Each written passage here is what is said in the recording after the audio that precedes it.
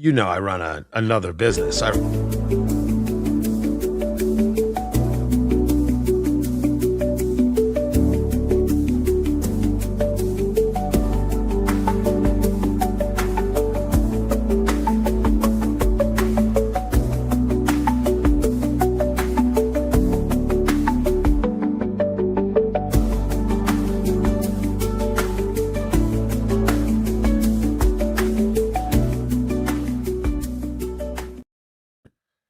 So we have got ourselves a very interesting look at primaries to do.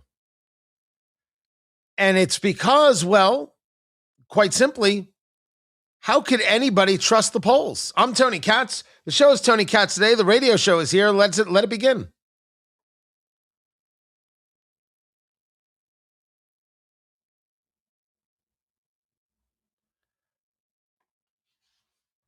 I'm taking a look at these primaries. I'm taking a look at what happened in Wisconsin, and I am saying to myself, my gosh, can nobody get any polling right? Now, it wasn't true in all places.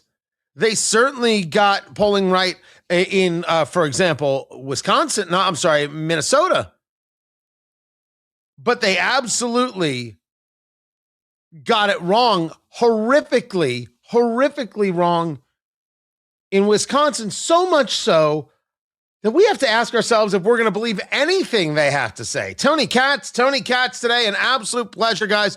Glad that you are here live streaming as we do on the YouTubes and on Rumble. Just go to Tony Katz, look for the channel Tony Katz Today and make it happen. On the Twitter X, Tony Katz, and Facebook, Tony Katz Radio. Now, some things weren't a surprise, right? Peggy Flanagan winning the Senate primary for the Democrats in Minnesota over Angie Craig is not a surprise. They went with the lieutenant governor. She had name recognition. Of course, this is the one who says protect trans kids while wearing a T-shirt that has a knife on it, right? It says protect trans kids, and it's got the knife on it because she's going to be really tough if you don't protect those trans kids. My gosh, if you don't let us mutilate children, I'm going to be so angry with you. Meanwhile, in Connecticut, they just stopped allowing that procedure to take place. They said no more mutilating children, which is, of course, the right response. And we should go a step further, that the doctors who engage in child mutilation should be questioned. No. This isn't a medical practice we find okay. Top surgery, bottom surgery, chemical castration, all of it has to go. Children are not adults, and we don't allow them to define themselves in this way or mutilate themselves this way. And anybody who wants to give children agency is out of their heads and is a danger to those children. Show me the person who wants to give a child agency, and I will show you the person who wants to abuse that child. I said it. I meant it. You can quote me. I'm cool with it. Peggy Flanagan wins that, but this is Minnesota. This is the land of the DFL. And with the DFL in Minnesota, being radically left is part of their charm. And when I say charm, I'm not referring to any kind of charm whatsoever. DFL, Democratic Farmer Labor, this is their party. They've always been more left. That's who they are. I mean, this is the place that elects Tim Walz. And if Tim Walz hadn't been basically thrown to the side by videos by Nick Shirley and reporting by City Journal and others, well, then he'd be running.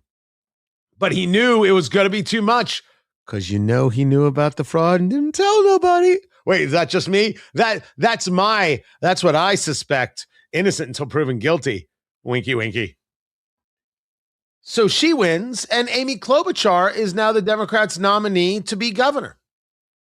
Amy Klobuchar, who never found a stapler she didn't love, she's an odd bird. Something about her, I've always, I think I've met her once. I forget where we were, some caucus, maybe we were in Iowa. And I thought she was mostly lovely. I met Debbie Wasserman Schultz. I thought she was mostly lovely. Her politics are a sin against nature, but her, I thought she was lovely. Klobuchar, I always thought somewhere in her was the capacity to be normal.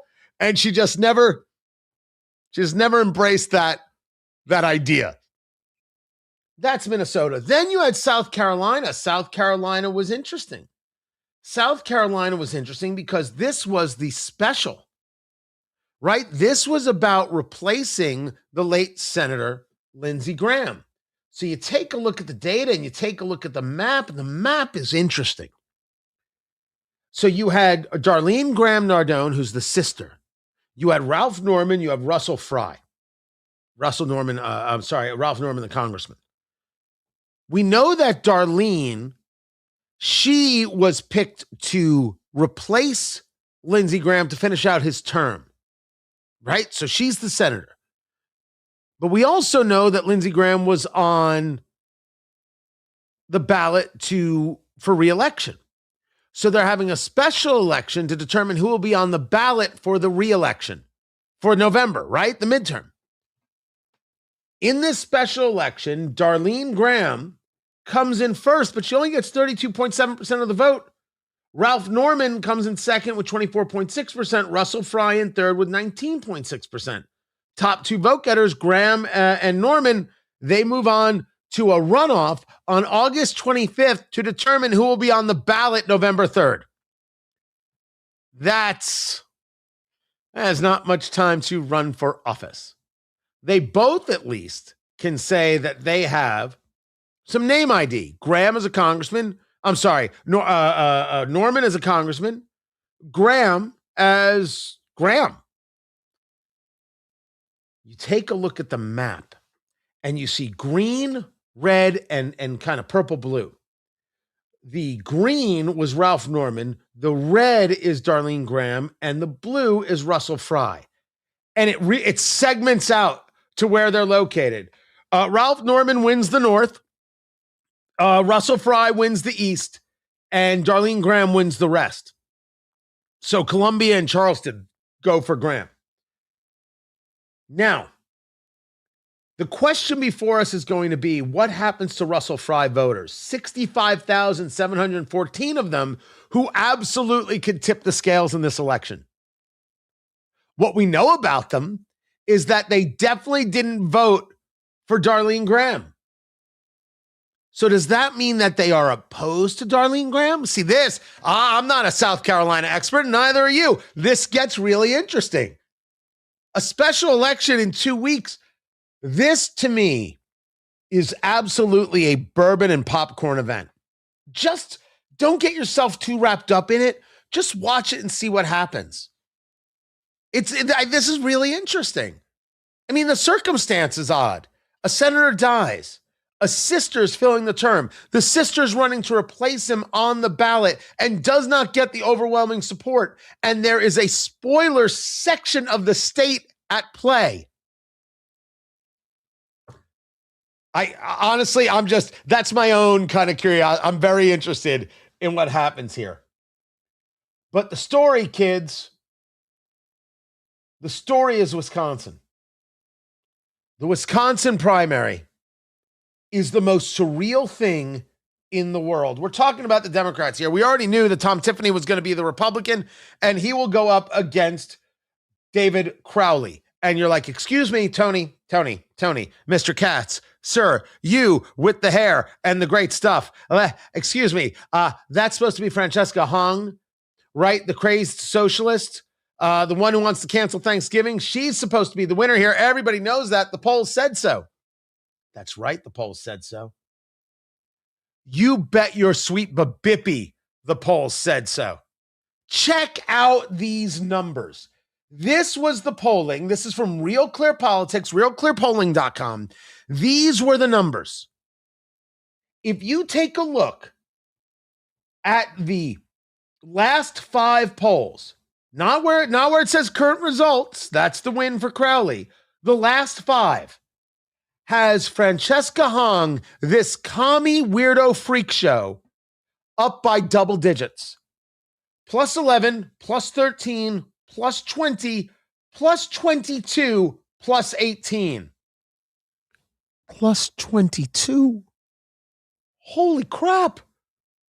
That should be a blowout. That should be Remarkable. She should have walked away with this with everything in her. Nope. David Crowley gets 315,235 votes. Francesca Hung gets 311,475 votes. 39.81% versus 39.33%. He wins by 0.5%. Ladies and gentlemen, I'm going to ask you a very specific question. The question goes as follows. How in the world am I supposed to in any way trust polling if they can say someone is leading by 22 points and then they lose by 0.5 point? How do I do that? Can someone work me through that as I light my cigar here? How do you lead by 22 points and then lose by 0.5 point? I put forth to you that that's impossible. That can't happen. Something has to be wrong. Now you say to me, Tony, it's possible for pollsters to make a mistake. I wholeheartedly agree. It is not an exact science, and it is possible for pollsters to make a mistake. 1,000% true. 10,000% true. Can I take a look for a moment at the race between Abdul El-Sayed and what's her name? Oh, the one who sounds like Marge Simpson. Oh, you know her. You know her. You know who I'm talking about. Everybody knows who I'm talking about. She's oh, that's right. It's her. A little bit of enthusiasm, a little bit of energy, and a little bit of stick it to them. Haley Stevens. I forgot Haley Stevens, but we're never going to forget this. A little bit of enthusiasm, a little bit of energy, and a little bit of stick it to them. Good Lord, that's so good. If I take a look at the polling from that race, you know what I get?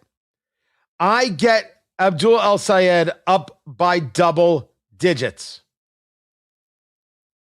That's what I get. I get El-Sayed up by double digits. He was up, if my math is correct, 13.5 points in the overall.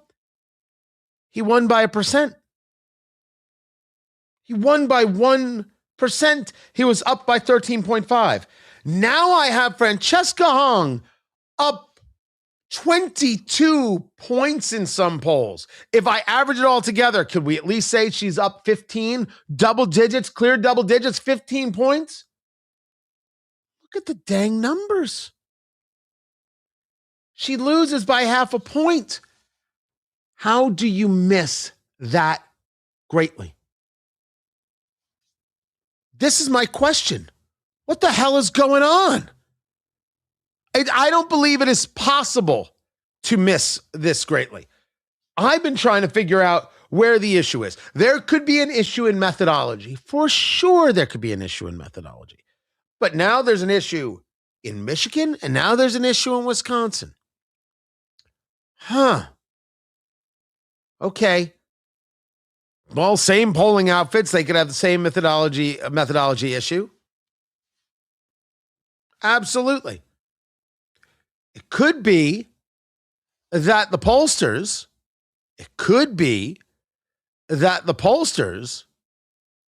they're asking the wrong questions because they don't quite understand what this new voter is like. They don't understand this party. They don't understand how they act and interact. Could be that they're asking the wrong people. Methodology, wrong questions, asked to the wrong people. It's all possible.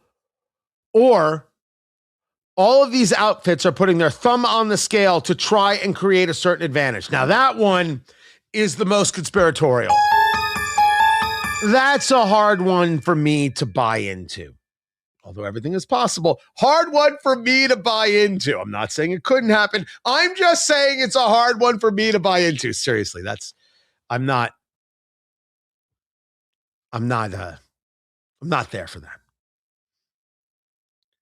What I can tell you guys is as we go forward into the midterms, I will not believe a single poll out of Michigan or Wisconsin, not a one.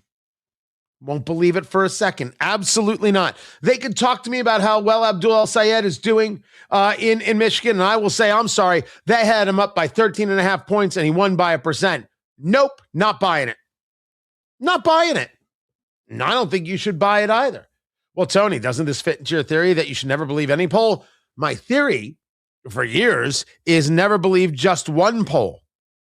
Never look at one poll and say, well, that's fact. It's not fact. It's a snapshot in time that doesn't tell any story outside of it. It has zero bearing on reality. The fact that politicos and people desperate to fill column inches will talk about it ad nauseum on cable news and other places, well, that's because they have nothing else to say. They have nothing in their mind. They are empty vessels. But that's enough about Jim Acosta. Never believe just one poll. What these polls have shown me is that I can't trust anything. Some people want to argue that what happened in Wisconsin was actually a snow job.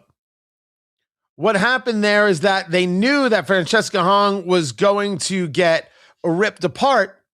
So the Democratic Party did some finagling and some flubbing to make sure that she lost. Great conspiracy theory. Democrats going after Democrats to keep Democrats from getting the person they voted for. I mean, that's how we got Kamala Harris as a nominee. We've seen this before. The story here isn't even who won. You notice I'm not talking about David Crowley in Wisconsin at all in that race against Tom Tiffany. I'm talking about what they told us. None of it makes sense and none of it lines up. And that's the whole story. And we got to find out why. That's my plan. Keep it here. I'm Tony Katz, and this is Tony Katz Today.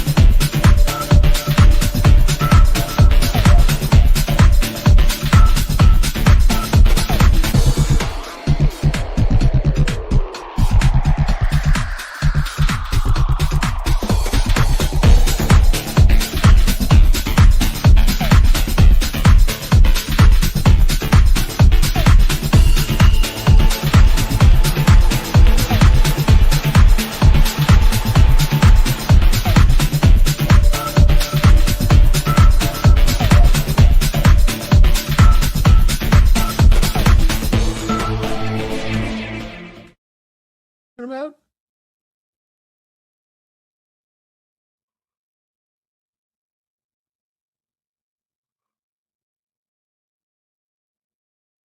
Sorry, guys. Producer Landon, where we're starting to have the conversations, Landon, to make sure you can be heard by the live stream. He's talking about his Hinge dating experiences. Like I asked.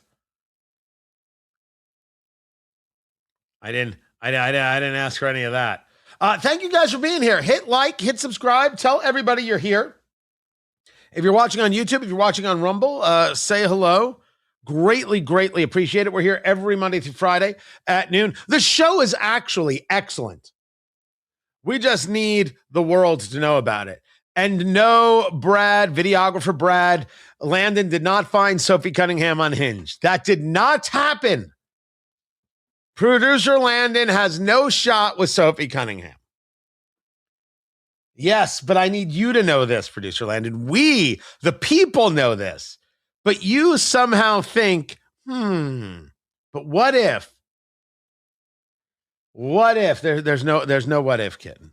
There's no what if whatsoever. Right? I don't mean to be rude. Right? You're a decent human being. So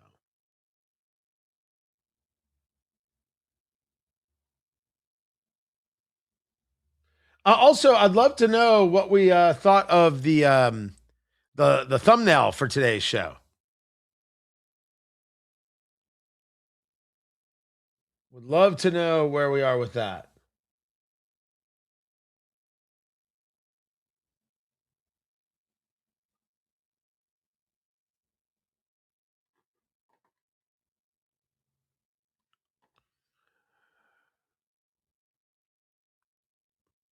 There was a question the other day of where the heck has Marco Rubio been?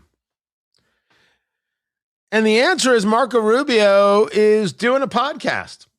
No, he's not hosting a podcast. He was on Katie Miller's show, Tony Katz. Tony Katz today. Good to be with you. Katie Miller is a lovely person.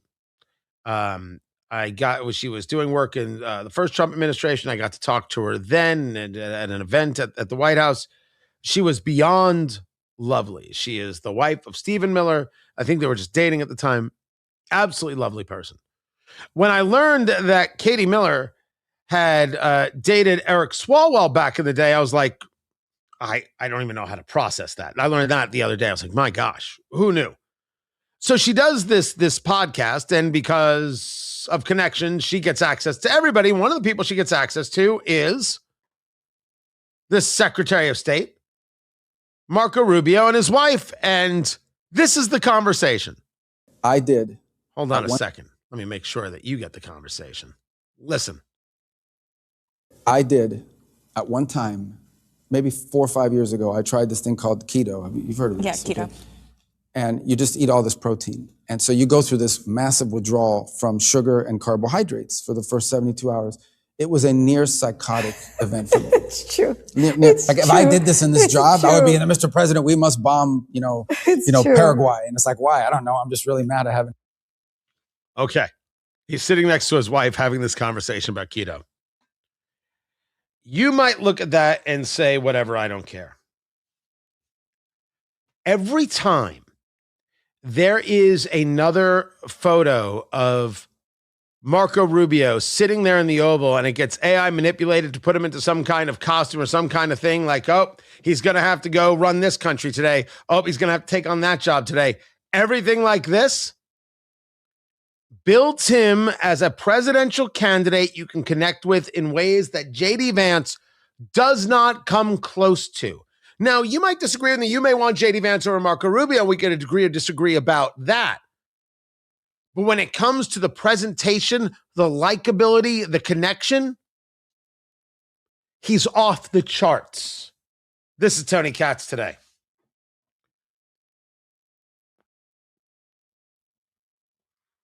Have you ever done keto there, Producer Landon? My issue is that I've never, quote unquote, done keto per se.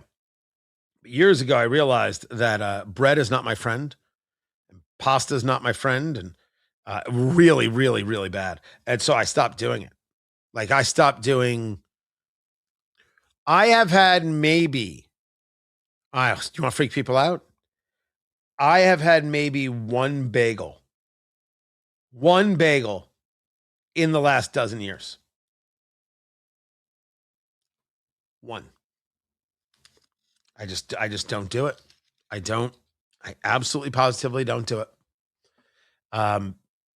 So it's just how I feel, right? It just it wasn't specifically a diet because I didn't eat bread, pasta, this, that, and the other. Let me tell you, for me, it didn't help me lose any weight whatsoever. It was about avoiding pain. That's all I was trying to do. Just trying to avoid the pain. Now, truffle fries, Charles, I will eat truffle fries right now. As a matter of fact, I don't even know why I don't have truffle fries right now. Why isn't anybody bringing me truffle fries?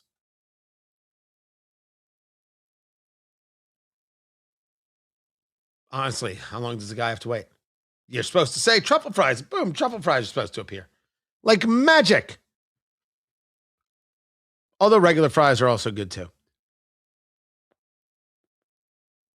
Hold on one second. Dusty, I know what Ezekiel bread is. Ezekiel bread is great if you want to have yourself a nice piece of toast in the morning and spend the rest of the day on the toilet. Ezekiel bread. Enjoy the view.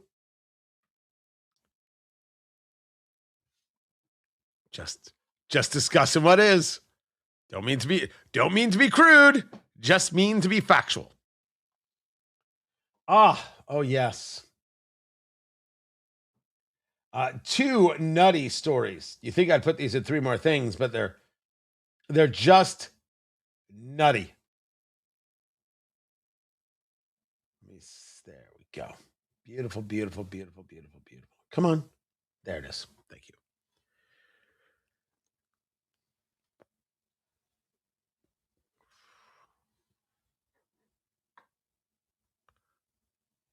Hold on. The Atkins diet forced your wife onto insulin? I don't even know how that works.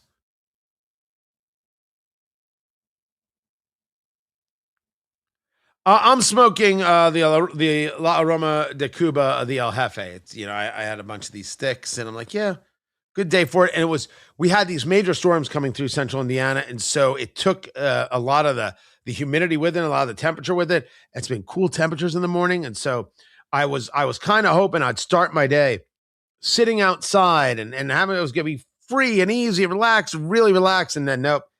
After the morning show, it was good 30, 40 minutes of video editing. I'm like, okay, I could sit down with a cigar, and that lasted all of 4 minutes, and the phone started ringing, and I've been on it ever since.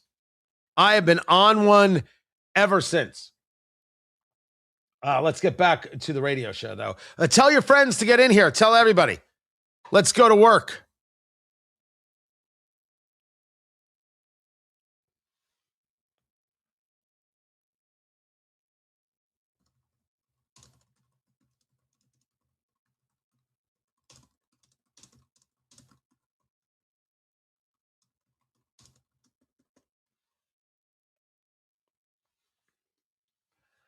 I despise a flock camera as much as anybody. The flock cameras are a problem. And even if they're not flock and they belong to another company, all of this is a problem. Tony Katz today. So good to be with you guys. Live streaming, YouTube, Rumble. Come check it out. Look for Tony Katz today. And on Twitter X, Tony Katz, Facebook, Tony Katz Radio. What's happening is that cities are saying we need to protect the people. Dun, dun, dun. And so they get these cameras from a company called Flock, Flock. And what these cameras do is you can go to flocksafety.com and learn about them. I own no part of this. And I would say right now to my financial people who I know are listening, if I am anywhere in a fund that is even close to owning anything owned by Flock, get me out of it right now. I don't care. Don't care. Not supporting this nonsense. The Flock cameras connect communities, businesses, and public safety so incidents can be understood clearly and decisions can be made on facts. Flock cameras surveil your every movement in a city so the police can monitor you. Now, police will disagree with my assessment. I can appreciate that they may disagree. It doesn't change the fact that I'm right, and I will debate this with any police officer anywhere, any sheriff anywhere, any law enforcement anywhere, any elected official anywhere. This is about surveillance of the people, and government has no right to do that. The argument will come back that, Tony, you are not guaranteed privacy in public spaces. I accept this. I absolutely agree with you. You are 10 bajillion% correct. When you are in a public space, when you're walking down the street, you don't have any expectation of privacy. I agree. I don't have privacy from the public. That is not an invitation for the government to track my whereabouts. Track my car, track where I drive to, track where I walk into, track where I walk out of, track who I talk to. You want to track me, you get a warrant, kitten. I am not interested in what you're trying to get done. I'm interested in my ability to move about my city, my community, my town, my neighborhood, my state, my country, free of government surveillance. So it can be said clearly, I don't care if your job is made easier by the flock camera. Your problem is yours. You chose to be in law enforcement. It's not easy. I respect it. I don't respect it enough to give up my rights for it, though. Absolutely not. I won't give up a single right to make your job easier. I could right now, without any hesitation, ladies and gentlemen, I could end all crime in America after 6 p.m., Monday through Sunday. I could end it by telling Americans they're not allowed to leave their house after 6 p.m. Monday through Sunday. 6 p.m. to 6 a.m., that's the curfew. You have to be inside your home. You're not even allowed to utilize the land of your home. You just got to be inside. And I could end crime after 6 p.m. I could end it. Easy as can be. It's an irrational thought, though.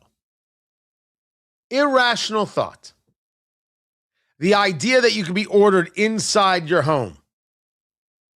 Police are out of their minds. And we have seen some videos like this. Wasn't it Minnesota where police, and they were well armed, were going down the street where was this about COVID stuff? They're looking for stuff and people are on their porch and they're screaming, get in your house. And people are like, I don't have to get in my house. They shot beanbags at citizens. You think Derek Chauvin should be in jail? Throw all those guys in jail. Oh, zero respect for any of that. Government has no right to surveil me. None. Zero. The flock camera is about surveillance. And there's another one. Is it Alon? Alon, A-L-O-N, I think it is.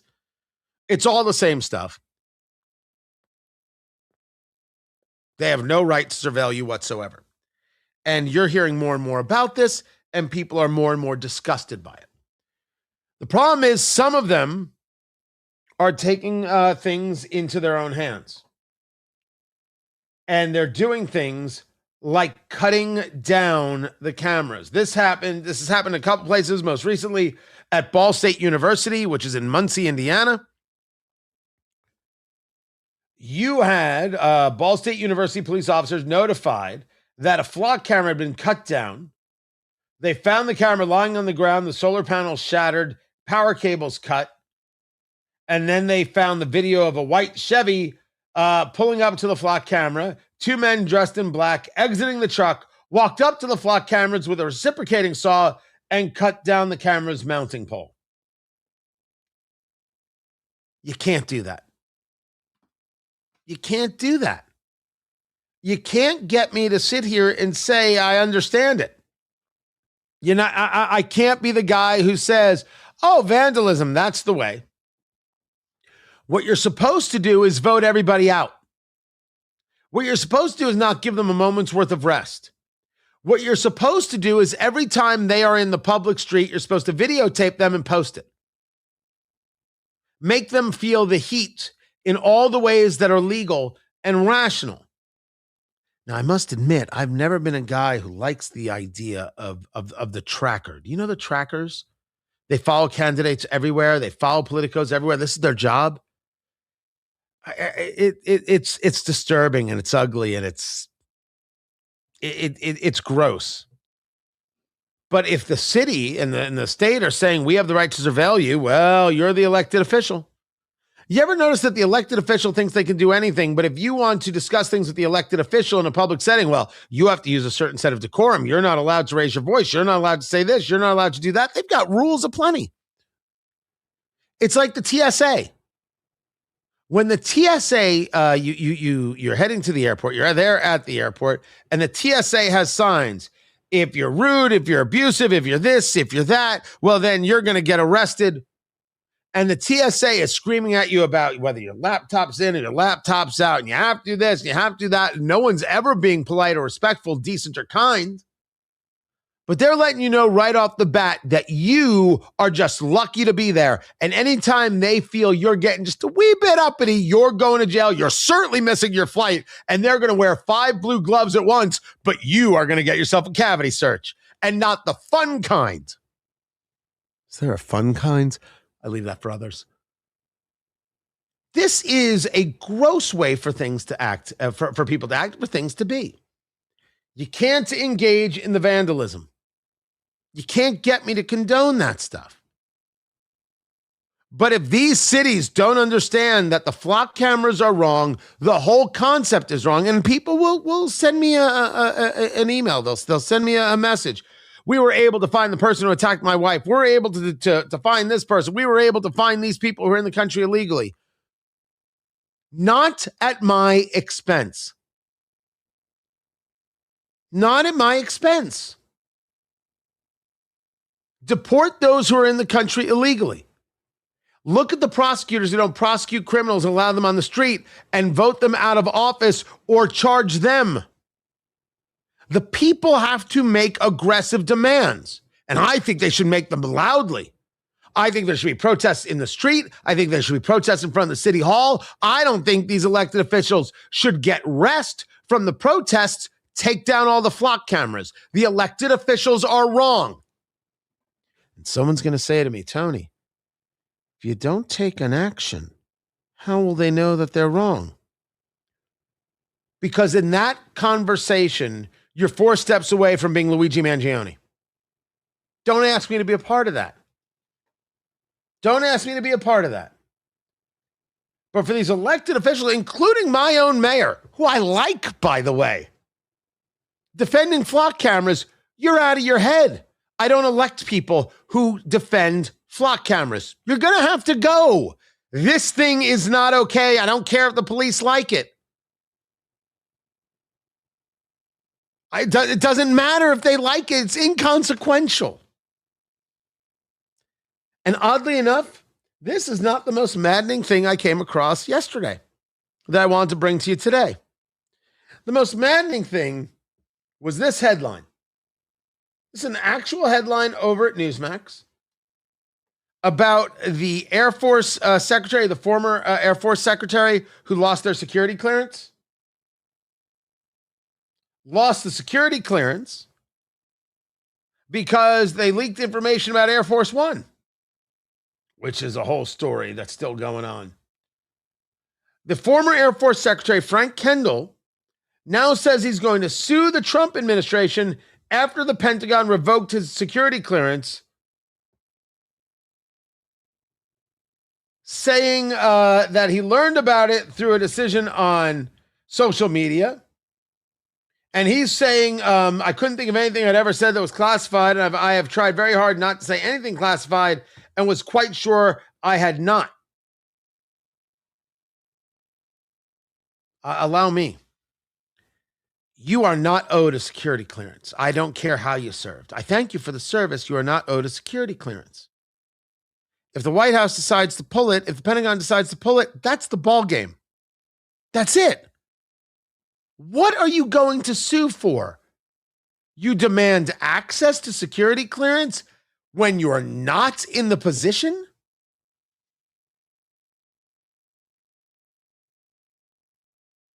When asked about the plans, when asked about whether or not you were a target of criticism, he said, I'm going to sue them. That's what's next for me. That's That's insane, right? Now, I don't know much about Kendall's history. I don't recall him during the Biden administration. Nothing comes to mind for me. Other people could be like, oh, I know his history, and boom, boom, boom, boom, boom. Maybe true. But the overarching is, who said you're entitled to anything? Why do they act like they're entitled? That's the connective between these two stories. We're entitled to keep an eye on things for safety. You're entitled to classified information for your career? No, you're not. Not at all. Joe Biden shouldn't have access to classified information either, by the way. Sorry, I know we usually do that for former presidents, and sometimes you need them based on conversations they had, and you're still engaged in further investigations, negotiations, etc. But Joe Biden can't be trusted, so the answer is no. He's not aware of where he is, so the answer is no. Like, you have a right to the classified info. It's a best of luck in the lawsuit. And any judge who says you have a right to classified information, well, here I go. I definitely deserve classified information. No one deserves classified information more than me. Because it's basically the same argument that this guy's making, that the former secretary is making. People are nutty. I'm Tony Katz. This is Tony Katz Today.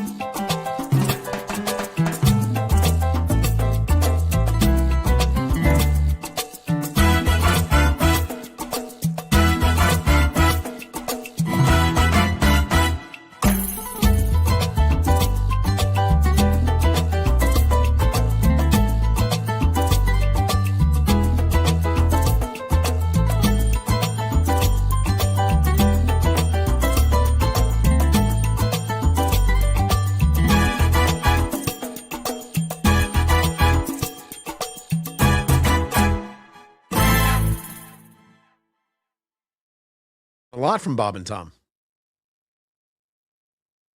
Right? Talking about Pat McAfee, who hung out with Trump and people are angry with him. I didn't realize people were angry with him. It was an event in Ohio for like youth sports. It was the Patriot games. And he's there. He got invited. Trump was there and he's sitting next to Trump. People are angry with him. It's just so dumb. So incredibly dumb. Unbelievably stupid, dumb for people to be angry with him. We live in a world of ridiculousness sometimes. And then there's the, where do I have the story here about the, where is it? There it is. They're buying the Lakers. And I don't follow everything. I had no idea who Malika Andrews is. Producer Landon, do you know who Malika Andrews is? So she's with ESPN. She's an anchor, a reporter. Because Sophie Cunningham is over, you might want to take a look. You also have no shot with Malika Andrews. Sorry.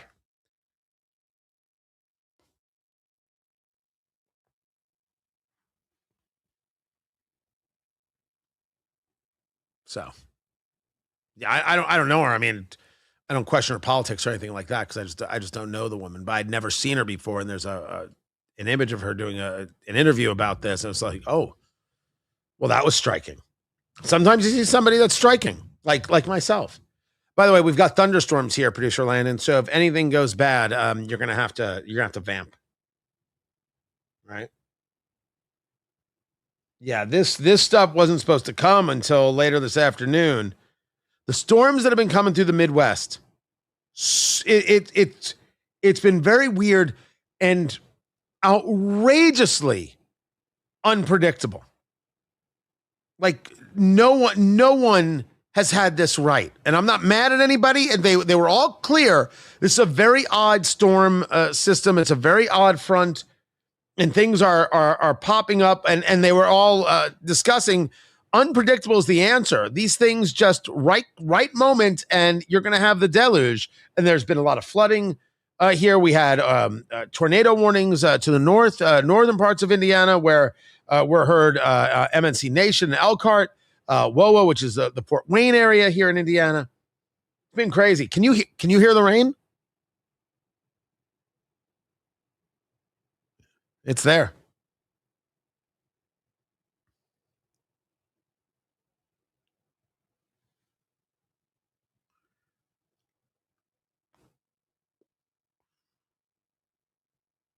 So Josh Kushner and Bob Iger are going to purchase the Los Angeles Lakers. Tony Katz today. My, oh my, oh my. $12 billion. That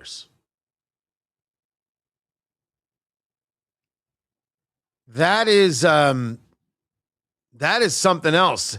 They had been working on the idea of getting a team in Las Vegas because now that gambling is so prolific, everyone's like, yeah, you can have a team in Vegas. It's fine.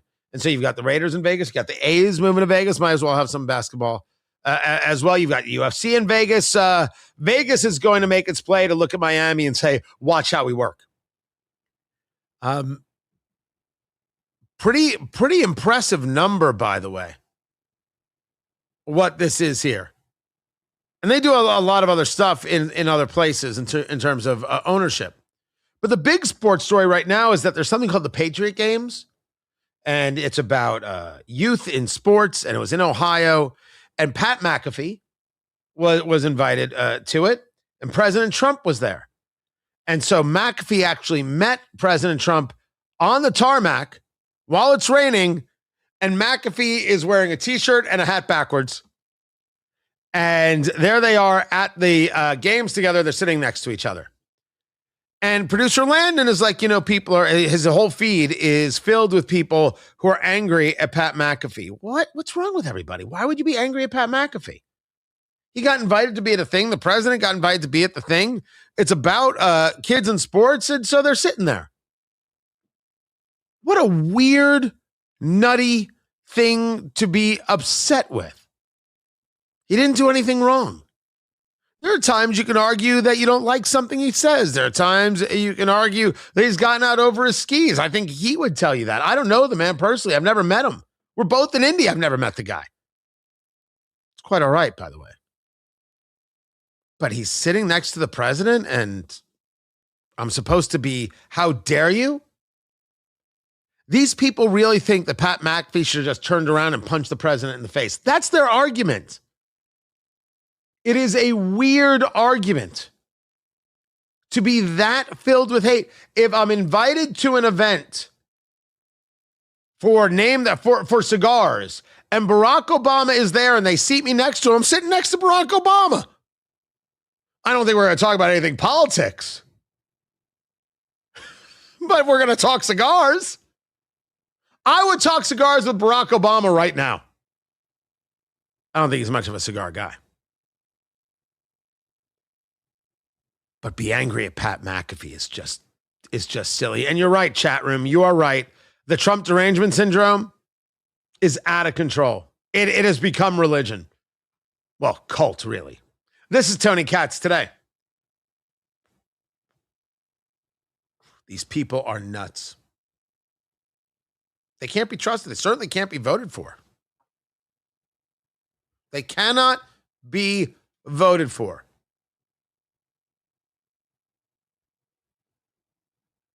Are there really pictures of Abdul al-Sayed with Louis Farrakhan? Oh, lieutenants of Farrakhan's group. Okay. Well, I'll read it. I'll get to that tomorrow. We're going to talk Stephanie White and the Indiana Fever and the WNBA, and such a miss. Oh my gosh, such a miss.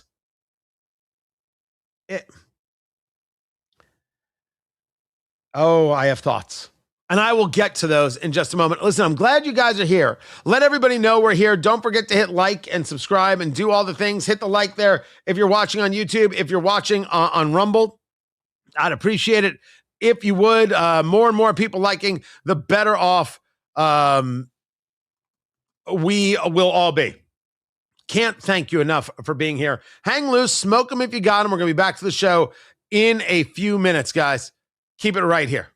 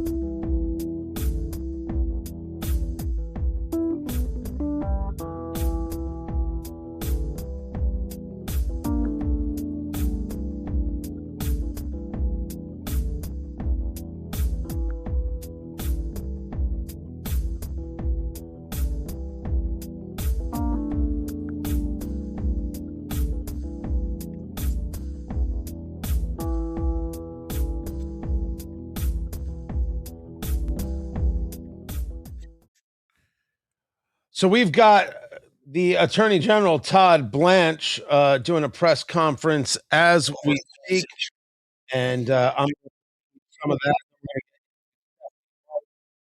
as well. Let me get this all together. Boom, bop, bip, done and done. Tony Katz today. Good to be with you. Thunderstorms right now across central Indiana, where I live. I'm hoping. Where did I put my lighter? Oh, I put it over here. Hold on. You have to slide on over. I'm hoping this does not affect the show at all. Whee! I'm sliding over. I got no time to worry about time. Now I got to slowly work my way back. Is this not manly?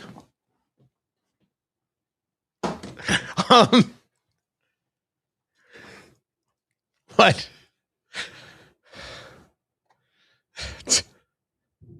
Is that not a meme? All right, we're coming back to it. We've got Stephanie White. I've got Todd Blanche. A lot to get to. Thrilled you guys are here. Hey, tell everybody you're here. Get over there to your social medias. Let them know you're watching the show. Let's go to work.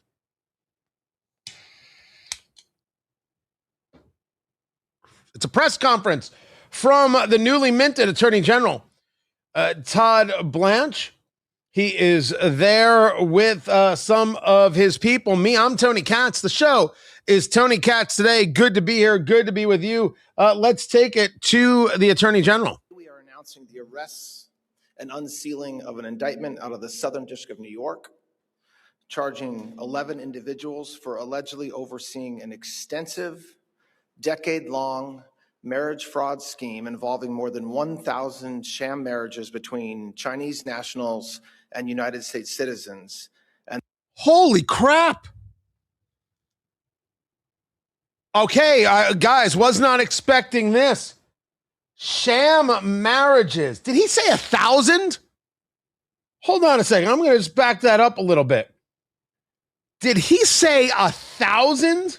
Marriage fraud scheme involving more than 1,000 sham marriages between Chinese nationals and United States citizens, and then the submission of fraudulent applications for green cards. This is one of the largest marriage fraud prosecutions in United States history. This scheme was not a quick fly-by-night operation, but rather a years-long, multi-million-dollar cottage industry to criminally assist people who would not or legally could not otherwise become citizens of the United States. Right now, I'm willing to bet you any amount of money that you and I are actually having the same conversation in our heads. And that conversation is, well, of course people were doing this. We knew people were doing this. Of course people get married to get somebody a green card. We 1,000% knew this was happening. You have had this conversation over Thanksgiving dinner. You had it with your uncle. You've had it at work. You've had it with friends over beer. Absolutely, you knew this was happening. Yet somehow, when you hear it, you still say, what the hell? Because we think of it as a one-off. We think of it as somebody doing something illicit over there. We think of it as Ilhan Omar and her brother, which I believe happened. Organized? That's the part that really blows us away. The men and women who facilitated this scheme were all naturalized citizens originally from China and one green card holder. Under President Trump's leadership, the Department of Justice is working alongside our partners at DHS to secure the border and protect American communities. Let's go back over that, because that's the line. Let's make sure everybody heard it exactly the way the Attorney General Todd Blanche said it. United States. The men and women who facilitated this scheme were all naturalized citizens originally from China and one green card holder. Under President Trump's leadership, the Department of Justice is working alongside our partners at DHS to secure the border and protect American communities. The only answer I'm going to accept from Todd Blanche is to denaturalize those people and deport those people. And then I want to fine China $20 billion. Do me a favor, producer Landon. Will you look up what our debt is to China right now? Yeah, look that up. China must pay the price for doing this. Tell me more about how a birthright citizenship isn't an issue. Tell me more that this is, oh, you're just being racist towards Chinese nationals. Kitten, when I see Chinese nationals, grown men, single men, able-bodied men trying to get into the United States, if you admit them into the United States, you are fakakta crazy. You are out of your mind nuts. You're deranged. You know, I'm saying you, and I apologize. They're deranged. They're deranged, and they can't be allowed power. By the way, the number is $653.9 billion. That's what we owe China. Did I say 20 billion? I'm sorry. I meant 200 billion. 30% off the top. That's what it cost you. It's paid. No. Don't care if you like it or you don't like it. It means absolutely nothing, China. You want to fight about it? I say we fight about it. Of course. You don't think that this constitutes invasion? Honey, Pookie, Boo-Boo, Kitten, Shmoo. Chinese nationals cannot be allowed to be U.S. citizens. Nope. Now you say to me, Tony, you might be going a little bit overboard right there. We have to be able to prove hardships, real hardships, because there are plenty of Hong Kongers who got absolutely abused by the Chinese government. Remember when they were fighting for their freedom and we just let China put their boot on their neck and everybody in the NBA said, hey, when's our next game in China? Love that money. Right, LeBron? Of course it's an invasion. Of course it's an attack. Of course it's a threat, and we should deal with it accordingly. Back to the Attorney General Todd Blanche with this announcement, an arrest of a ring to coordinate and facilitate sham marriages so people could become citizens involving naturalized citizens from China, over 1,000 sham marriages. And I'd like to know, of those 1,000 sham marriages plus, how many of them applied for some kind of welfare or other benefit from the United States? Something that was ignored during the last administration. Not only are we protecting our physical borders from unlawful crossings, but we are also preventing immigration fraud schemes that are just another way to skirt the immigration laws of the United States. As alleged, some of the charged defendants acted as facilitators who orchestrated the marriage fraud scheme, pairing foreign nationals seeking immigration status with United States citizens willing to participate and engage in a sham marriage. These facilitators employed attorneys, tax preparers, and marriage officiants. Some of the other charged defendants acted as recruiters by finding and recruiting United States citizens to participate in the scheme, and other defendants acted as officiants, officiating dozens of these alleged fake marriages. Now, the way that this scheme allegedly worked is the facilitators used social media and other forms of advertising to market fraudulent immigration services to foreign nationals, primarily from China, and Chinese nationals would pay these facilitators as much as $100,000 for assistance in obtaining a marriage, which then allowed them to apply for a green card.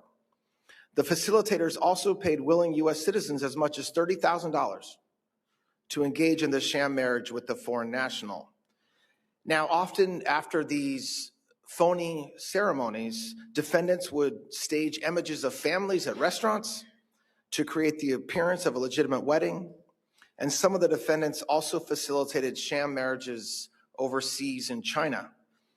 After the marriages took place, the actual ceremony, the then married couples would visit a local office affiliated with the scheme, sign forms for submission to the U.S. Citizenship and Immigration Services, learn about the USCIS interview process to apply for a green card, and then execute prenuptial agreements, which, not surprisingly, given the allegation these were sham marriages, waived their rights to share in the other's estate upon death, child support, and other claims in marital property.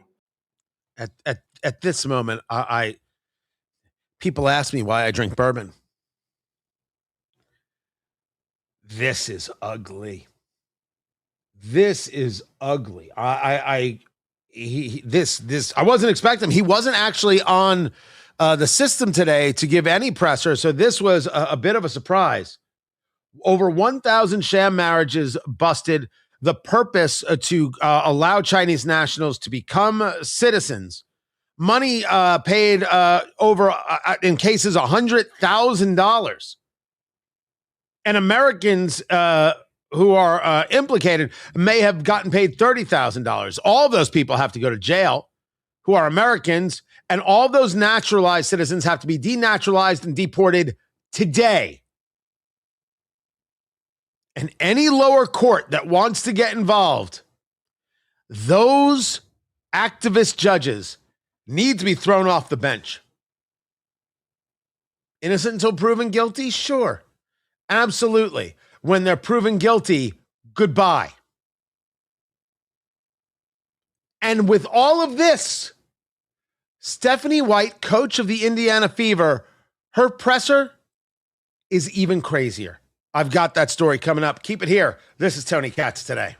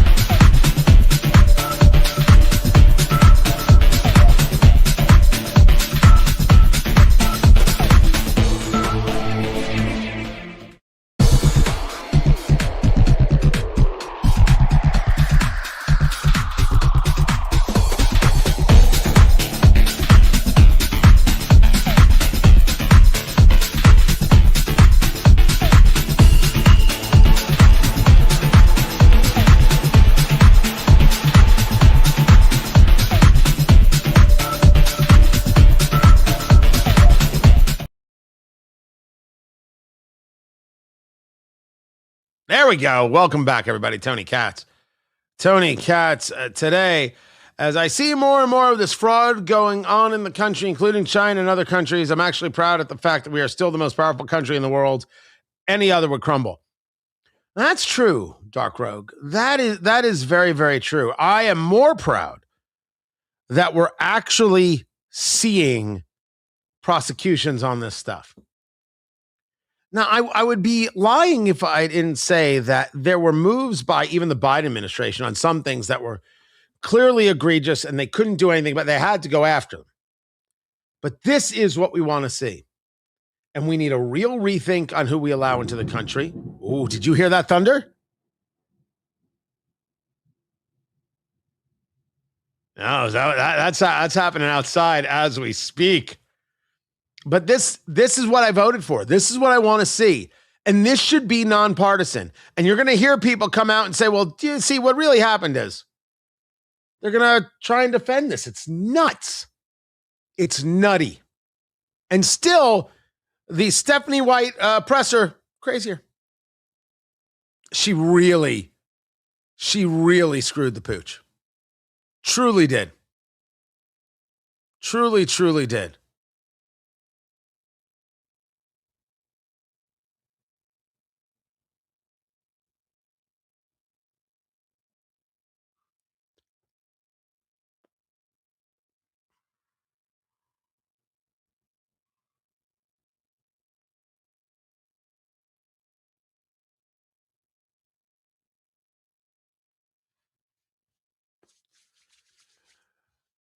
Stephanie White is the coach of the Indiana Fever. And she made a statement before the game that the Fever played against the New York Liberty that did not help her, did not help the Indiana Fever, did not help the WNBA. If anything, it made her look weak. It made the team look weak. And it made the WNBA look like they don't quite understand what the issue is. Tony Katz today. And for the Jamel Hills and everybody else who wants to say that we don't have the right to talk about this and we're just obsessing over this because of race, the WNBA has a choice to make.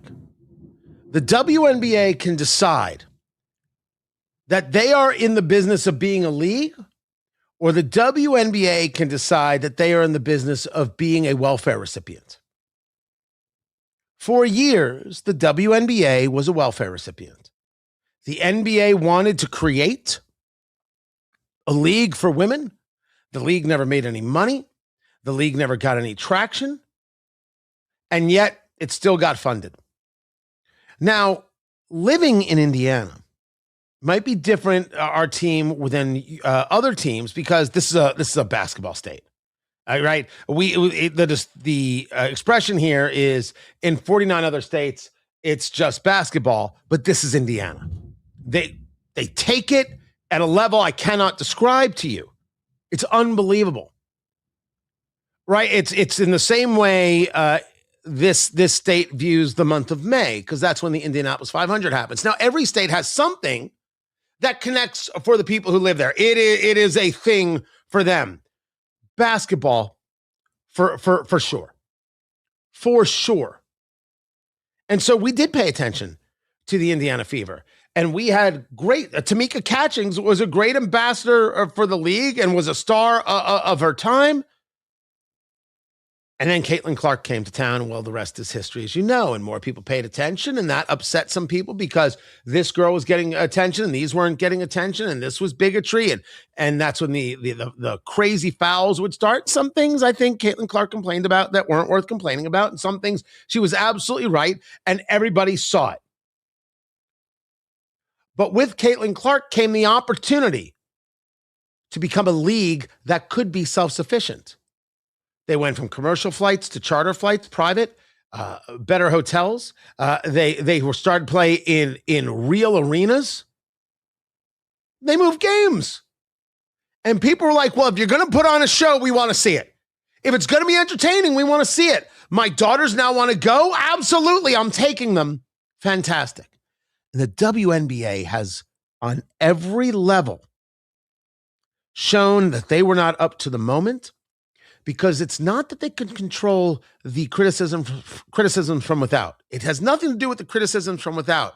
They could not handle the criticisms from within. The players, the coaches, and the media that clearly didn't want this for their little league. And so there's been a lot of talk, and with the Sophie Cunningham conversations about how girls' sports should be for girls.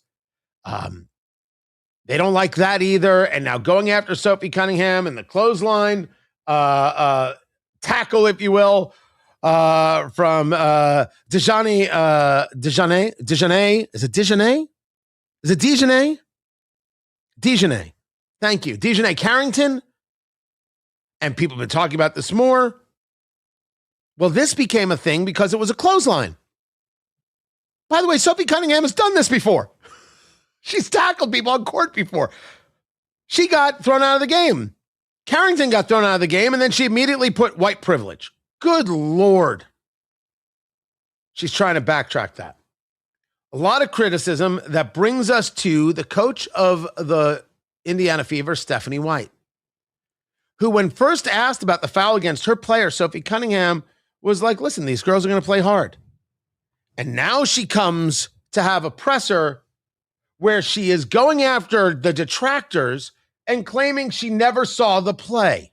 You know, this isn't necessarily for those people that are in this room.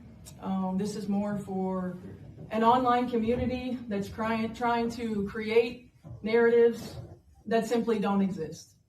Trying to create a fabrication or distortion of who I am, of what I'm about. Our players' success, our players' health and wellness, our players' safety is always a top priority for me. One of the things I pride myself on is my relationships with players.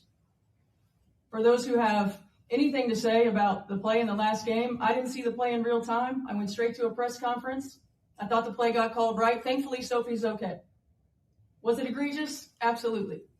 When you have a chance to watch that over and over and over on replay, you can see that. I didn't have that in real time. I take personally any suggestions that I don't 100% always have my players back. I ride with them 10 toes down all the time. All the time. They know that. It's a shame that we can't have an opportunity to talk about what great basketball they're playing. Because they are playing. The reality is, with me, I will always lead with love. I will always lead with grace. I will always lead with humility. And I will always lead with integrity. Doesn't mean I'll always get it right. I'm also human. The hate, the fear-mongering, the divisiveness, the stuff that's trying to hijack our league will not win.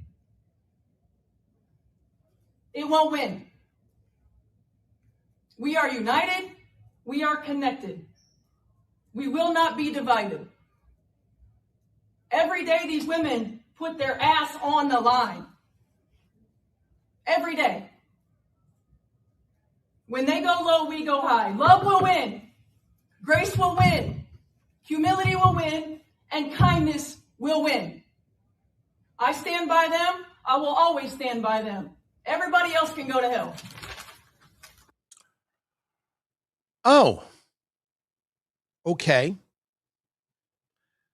I'm going to start where I start. That was poorly done. That was poorly advised. She embarrassed herself. She embarrassed the Fever organization. She embarrassed the WNBA. If you allow your emotions to control you, there is nothing else that can happen. Now, it's possible that men see this differently than women. Looking at my chat room, nope, we all see it the same way. But I want to break down a couple of things she said just to show how disconnected it is from reality. The online community has an issue? You mean the fan? You mean the people who want to show up and want to pay you? They want to give you their money. You're making it more and more difficult because you won't admit that they targeted Caitlin Clark, and you won't admit that there's a real racism within the WNBA, and you won't say the W stands for women. If you did not see the foul in real time, Coach White, why did you comment on it? I think that's a very legitimate criticism. Why'd you comment on it? Why not say, I didn't see it, I need to go back and watch it? You defended Carrington. You defended Dejanay. Shouldn't have. You should have admitted to that. You're going to lead with love, grace, humility, and integrity, and hate, fear, mongering, and divisiveness will not win. Tell that to the players in the WNBA. Tell that to the coaches in the WNBA. Tell that to the media in the WNBA, not me. Love will win, grace and kindness will win, and everybody else can go to hell. Well, if you wanted to take a big giant crap on your own message, Coach White, bravo. You did no favors here for yourself, for your team, or the league. And I think there should be a conversation about whether or not you have the temperament to be a coach. Because as a fan, you just told them to go to hell.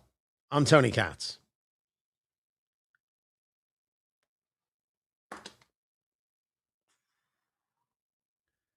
Now, Dusty, I'm going to say something to you now. That you are not wrong in the basic assessment. Winning solves most everything. I agree that winning solves most everything.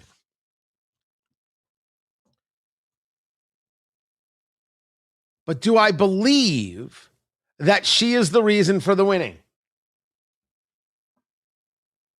They maybe have figured something out. I think there's a real question about players getting used and not used. There's a whole conversation about whether or not Lexi Hull is getting utilized properly, et cetera, right? There's always going to be that level of criticism. But you took a story, you internalized it, personalized it, and instead of admitting your own mistake in not seeing the play and commenting on the play, you blamed us for seeing the play and noticing the play and talking about the play. You didn't do what a coach does. You engaged it personally. You engaged in pounding on the table and virtue signaling, and you told everybody, us, all of us, to go to hell.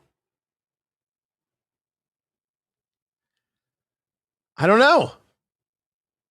Maybe people will see it as like, you know what? That's a coach who cares about our team. I did like that Caitlin Clark, they won. She's like, everybody played with a smile on their face. Everybody did good. We stand with our coach 1,000%. I like that.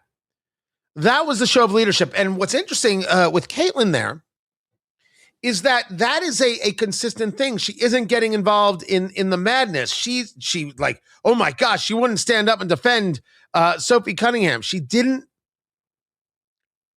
She doesn't have to do that. This was part of the point. Sophie Cunningham is not some hero for saying girls sports are for girls. She said something normal. We should be like, yeah, it's normal.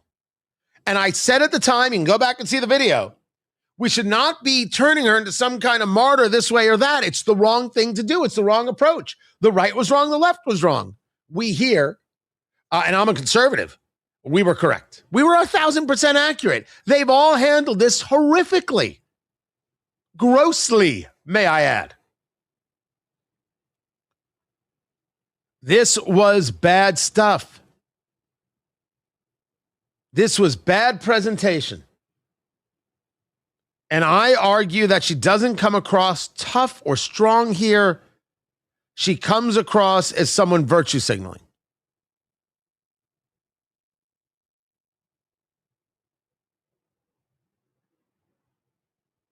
Now, someone is telling me that I pronounced Paige Bucher's name wrong. It's not Bucher? Is it Becker? No, not there. I said it the other day.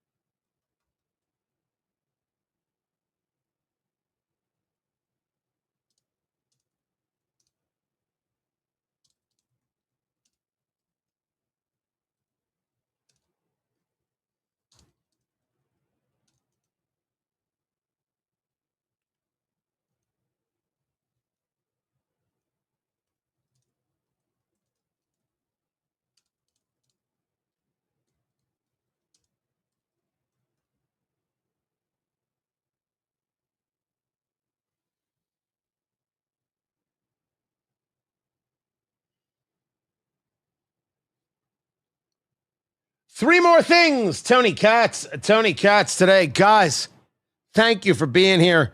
Really do appreciate it. Tony Katz Today is the name of the show. Find everything I do at TonyKatz.com. I hope you'll head over there. I hope you will subscribe and be a part of what it is we're building. Can't thank you guys enough for showing up today. Three more things. So these are stories that should be front page news, but because of everything on the front page, doesn't make the front pages. Of course, we still have a war going with Iran. I'll get to updates coming up in a little bit. And we just heard from the Attorney General. That is Todd Blanche talking about charges that have come in a Chinese national marriage fraud screen. I'm going to try to say this again. Chinese national marriage fraud scheme. Whew, that ain't easy. Over 1,000+ sham marriages that the Department of Justice has identified, where people spent $100,000 to be able to get a green card here in the United States, involving mainly Chinese nationals. This is massive. This has to change who we allow into the country. We have to start saying no. This plays in the conversation of what Senator Jim Banks discusses as invasion, as he wants to change the laws and better define what it is to be an invader, therefore to work within the Supreme Court decision on birthright citizenship. Everybody, when I talk about this, everyone says, Tony, the Supreme Court already ruled. If you're born in the United States, you're a United States citizen. Why don't you understand this? I understand what it is that Justice Kavanaugh said. The 14th Amendment, born in the United States and subject to the jurisdiction thereof. The court, I think, improperly ruled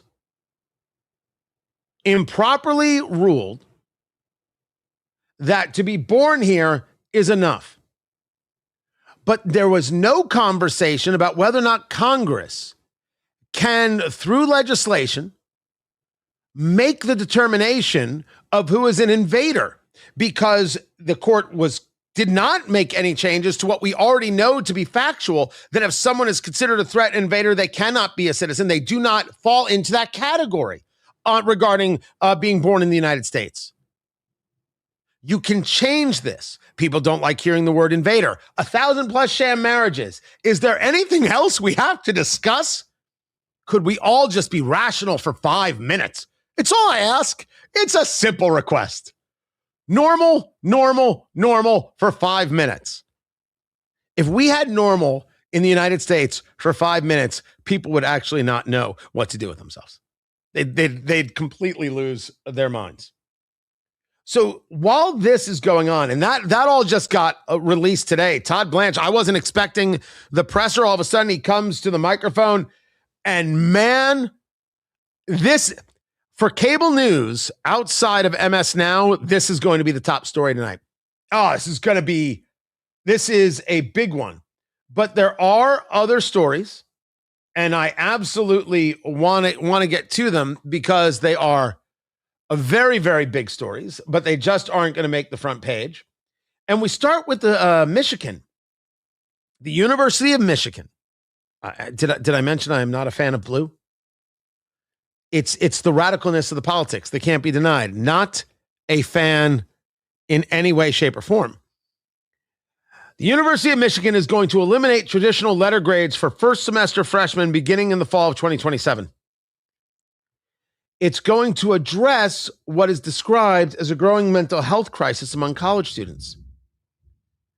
So what's going to happen is that students in the university's College of Literature, Science, and the Arts will get pass or no credit on transcripts.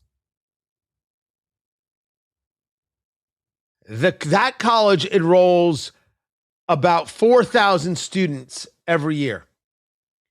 It will help freshmen, quote, acclimate to the demands of college and allow intrinsic motivations to guide personally meaningful academic journeys. I'm not quite sure what that means, but after reading it, I need a shower.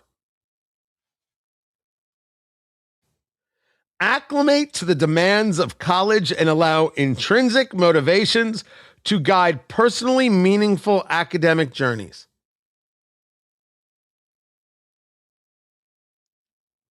Now, the grades will not be on transcripts. They will not be utilized in calculating grade point averages. But professors will still give the grades, and those will be used to determine scholarship eligibility, other academic awards. So the issue here, as we understand it, is that kids get to college, they are not prepared for the rigors, and they collapse because it's the first time in their life they've ever been told no. We have a problem, and the problem has to be fixed. And if we want to argue that the problem is lower education, well, that's absolutely correct. You see, I see the comments. Mike, I see your comment. Translation, the kids are weak. I am not actually saying no. I'll agree with you there. But I like to take a different approach and a different tact, which is the education system has failed to do its job. And that's why we need to break the teachers union in two and end public education as we know it. It does not create good students. It does not prepare students for the future. Now, we can argue as well that this is also a cultural problem where parents have failed to provide for their children. Part of what that issue is that we have parents in large measure, in large swaths, who are trying to be friends with their children. Your child is not your friend. You love your child, not your friend. You are mom or you are dad. You are not the friend, and you are never going to be their friend. You can have a great relationship with your kid. You can hang with your kid. As you get older, you can have a different relationship with your kid. But in those formative years, in those growth years, you're not their friend. The role is that of parent. It's a different role. And it is thankless at times. And it is tough often. It's absolutely rewarding. I have explained to my children more than once that I am not your friend, I am your father, and there is a difference, and I take it seriously, and I love doing it. Love doing it. I didn't know I was going to love doing it. But I do because I take the responsibility seriously. It's a pleasure to have this opportunity. Your friend will tell you everything will be okay. I'm your father. Sometimes this crap won't be okay, and you're going to have to figure out how to handle that. You're going to have to get your emotions in check and deal with it. You have to be stronger than the moment. That's part of the deal. That is the deal. The schools are failing the kids. The parents are failing the kids because we don't push for the strength, which is why when Pete Hegseth, the Secretary of Defense, talks about lethality, talks about physical fitness, talks about the strength of mind one needs to be in the military, people are flocking to it because they want it. The standard is good. The standard is valuable. The standard is necessary. The standard is everything. We don't hold the kids to the standards that they are craving. We don't hold them to responsibility that they are craving. They want to prove that they are worthy because they are alive, because that is the human condition, and we don't give them the opportunity. It is parents and teachers and these unions and culture ripping it from them. And then they look for something. And then the state steps in and says, we've got this. You should be part of the revolution because look at all this system that failed you. You don't think that all connects? All connects. It's all right there. It's all played out right in front of you. All you have to do is be willing to put those pieces together, and it will set a course. It will show you what we have done wrong. It will show you a way to do it better. This, we could talk about the kids being weak and the kids being this, that, and the other. It is the parents. It is the teachers. It is the teachers' unions. It is the culture. It is what we have allowed to happen. What we have put upon, forced upon, abused our kids with. And it's what we have to undo. And when parents started undoing that, trying to undo that, seeing the insanity of COVID, seeing what was actually being taught, that Merrick Garland, the then Attorney General under Joe Biden, who actually maybe never was president, was a cabal, designated those parents as what? Domestic terrorists. To keep them, to try and stifle them and keep them from being the people who can make the changes. You have to break the teachers union in two. You have to break these people in half. One of the other stories, headline stories, is that Samuel Alito has stated that he is sticking around. President Trump thrilled that Alito has said he's going to remain for another term. He's not going to retire. Now, I wonder if that means that Justice Alito sees that the opportunity for the Republicans to be victorious in the midterms is real. Because if the Senate is controlled by Democrats, President Trump's going to have a hard time replacing anybody on the court. If Todd Blanche cannot get a single Democrat to vote for him, when Todd Blanche is of no issue, zero issue, if you can vote for Merrick Garland, you could vote for Todd Blanche. I mean, it's just, Merrick Garland was a far worse choice, a far more political choice, a far more rabid choice than Todd Blanche. So I'm wondering if this is Alito signaling something here. Because President Trump said, great news for our country. Supreme Court Justice Samuel Alito has announced that he is staying on for another term. He is one of the greatest of all time. We are all lucky. We're definitely lucky. 1,000% lucky that he's sticking around. You're lucky that you haven't had your information taken from the net yet and utilized against you. But man, it's happening. These data brokers, this multi-billion-dollar industry, and they get all of your information, not just your home address, not just your email address, but your medical conditions. They've got voting records. They've got your kids' names. And people are able to buy that file and use it against you. They do the phishing texts, they do the scam calls, everything.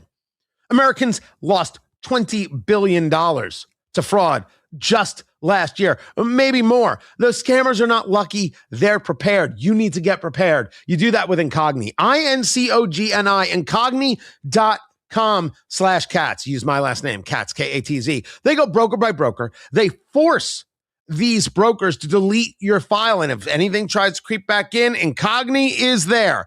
And boom, they do it again. They get the data gone. Go to Incogni.com/Katz for 60% off. Find out how it works. It really is quite amazing. Incogni.com/Katz, K-A-T-Z. Take your private life off of the market. Incogni.com/Katz. More to get to. This is Tony Katz Today.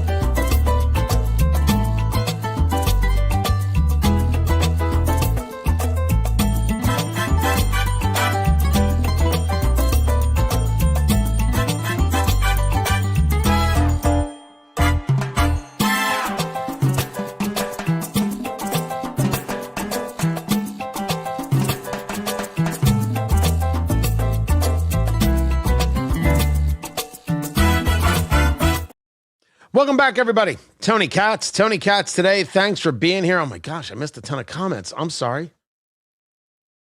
Sorry about that. Let me see. I'm just going back here. Yeah, the rain just slowed down here, but I think it's going to be a rough afternoon.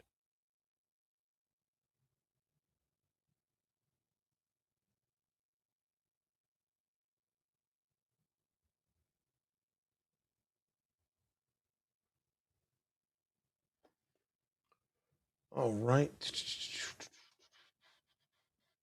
me see what else is going on.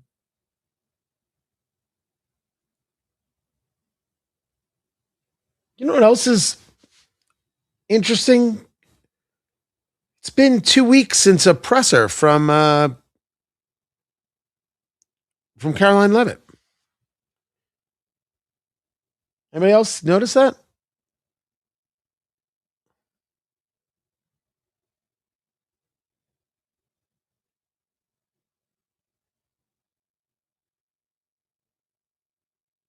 There we go.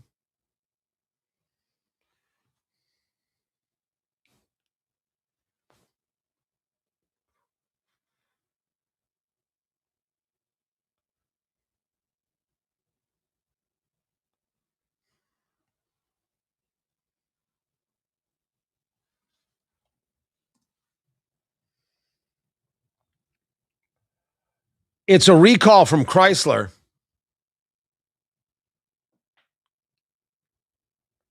50,000 vehicles are being recalled. Tony Katz today. This over seatbelts. This is the 2023 to 2025 Dodge Hornet, the 2023 through 2026 Alfa Romeo Tonale. Tonale. Is it pronounced Tonale? By the way, this happens to me a lot with pronunciations. It's not that I don't know how to speak. It's that I read and I'm not watching videos and clips and everything else. And what happens is I sometimes mispronounce because I haven't heard it said before. I do feel bad about it. I have to now put it upon myself to make sure I double check and recheck. So sometimes I mispronounce, and I apologize for that. I'm not trying to. So the recall is about a seatbelt defect that could increase the risk of injury in a crash. Approximately 1.6% of the vehicles have the defect. The rear outboard seat belts may become twisted and fail to retract properly. So therefore, it's not going to hold you in if there's an accident, the brakes get hit hard, and boop, you go flying. So there's the recall there. I have a larger question for Chrysler and Stellantis, which is, how are they doing as a company? There were some years there, COVID years, et cetera, where they weren't building a vehicle that was working. They weren't building a vehicle that was connecting. They were just, the quality had gone down. Then they got rid of the CEO. The CEO was actually like, well, the problem isn't me. The problem is with you at the dealerships. And the dealers were like, are you out of your skull? And then the next thing you know, the CEO was gone. And so I think there is this rebuild at play, but I've not really heard anything about them. I hear about moves from GM. Really interesting move for their supply chains, $4.5 billion. Moves from Ford as they're betting again on electric vehicles, but at a $30,000 price point. I don't hear about Stellantis. I don't hear about Chrysler. Huh. This is Tony Katz today. It's not just me, right? I just don't hear anything about them. Hold on one second.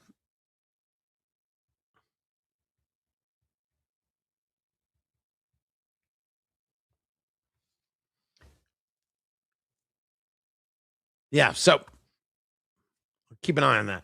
Guys, I can't thank you enough for being here and being a part of the show. We're here every Monday through Friday at noon. Be sure to hit like and subscribe and do all the things. I can't thank you guys enough. for being here, for being a part of it.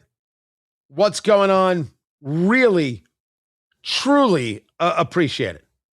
Love that you're here. Love that you're a part of the show. Love that it matters. Tell your friends. Invite the kids and be a part of the show. We're back again tomorrow at noon. Very much looking forward to it. Can't thank you guys enough. Also, TonyKatz.com. Find everything I do. I appreciate it. Go have a day. And if you're stuck with these rainstorms, be safe out there.